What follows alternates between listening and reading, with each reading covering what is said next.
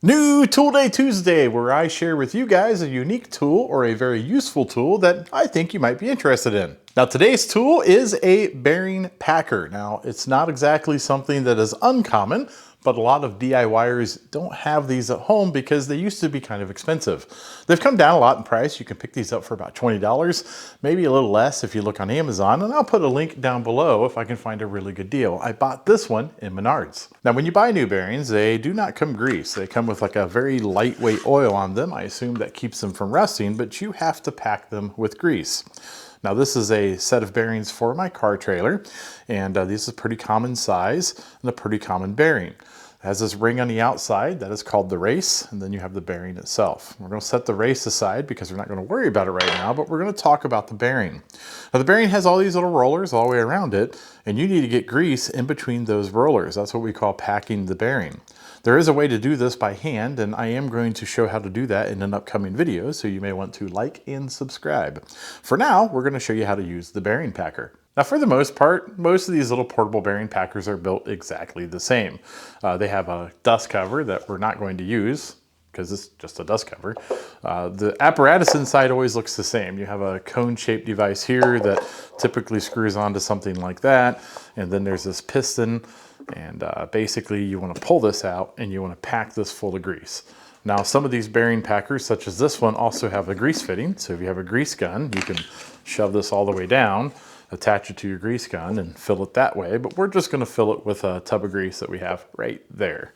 I've added about 1.5 inches of grease in the bottom of this. You really don't need that much. I was just trying to finish up a tub of grease that I had so it wouldn't sit on the shelf, and it will store in here just fine. It's really simple to use. You just take your bearing and you want to put the cone down like this, drop it in, put your cap back on, and you want to tighten it up so it just snugs down on top of that bearing, just like that. And then you shove straight down.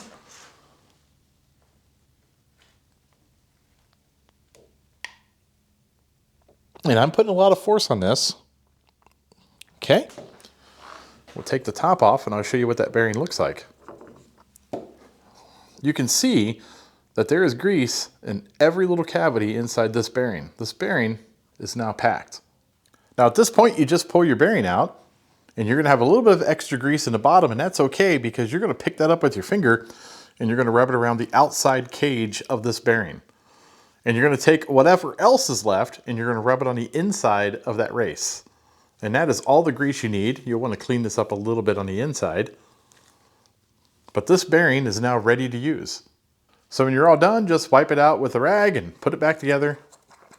Put your dust cap back on and it'll store just like that. I'll probably put mine in a gallon Ziploc bag because my garage is pretty dusty and dirty. So there you have my quick and dirty review of a portable bearing packer and how to use one. They're not really expensive. Like I said, $15 to $20, and this one did come from Menards. I'll put a link down below if I can find a good deal on one. And do you really need one? Well, you can do it by hand, but if you have one of these, it sure will make your life a whole lot simpler. The whole process of packing those bearings goes a lot quicker, and you can make sure that they're packed right. If you like these types of videos, please like and subscribe, but take a look at some of my other videos, and at the very least, you might be entertained.